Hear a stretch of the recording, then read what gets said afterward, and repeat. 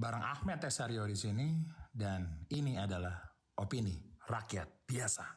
Halo geng, balik lagi bareng gue Ahmed Tesario di opini rakyat biasa.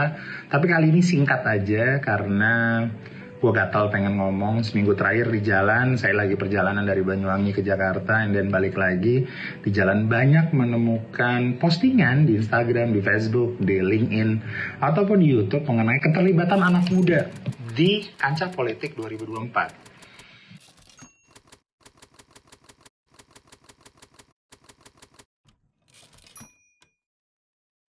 Yang jadi pertanyaannya adalah emang berguna anak muda untuk masuk ke politik dan seberapa siap mereka?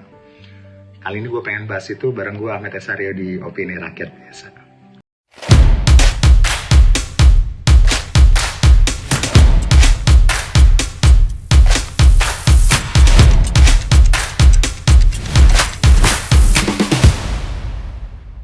Oke, peran anak muda sebenarnya sudah bisa kita pelajari mulai masa perjuangan kemerdekaan Indonesia.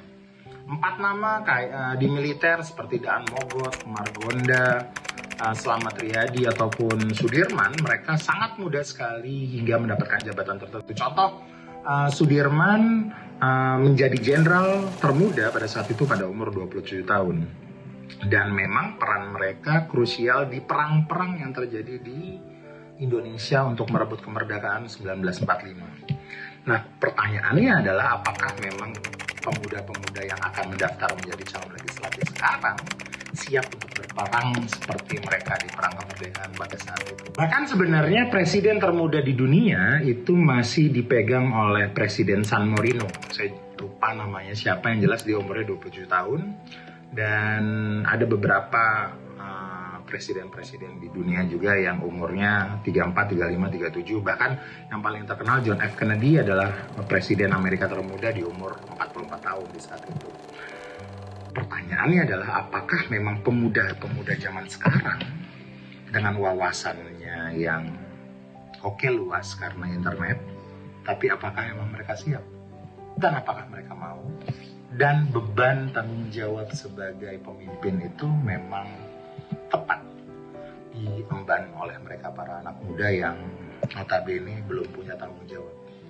Bayangin ke anak 22 tahun, masih kuliah misalkan, belum pernah cari uang sama sekali, belum pernah dapat tagihan listrik, air, atau uang susu dari anaknya, terus kemudian dia menjabat sebagai wakil rakyat. Aku nggak ngebayangin sih, tapi mungkin bisa, mungkin I don't know. Tapi kita bahas dari sisi psikologis.